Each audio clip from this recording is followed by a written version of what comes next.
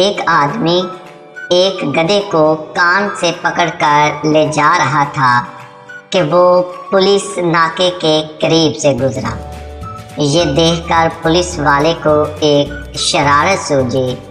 उसने लड़के से कहा, ओ तुम अपने भाई को कान से पकड़कर क्यों ले जा रहे हो?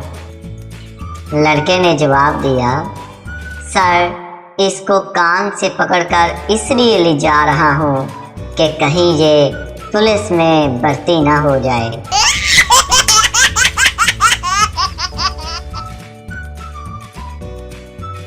एक बच्चे की मुर्गी मर गई तो वो ज़ारो कतार रोने लगा।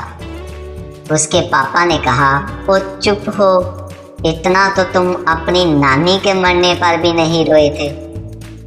बच्चा रोते हुए, नानी कौन सी अंडे देती थी,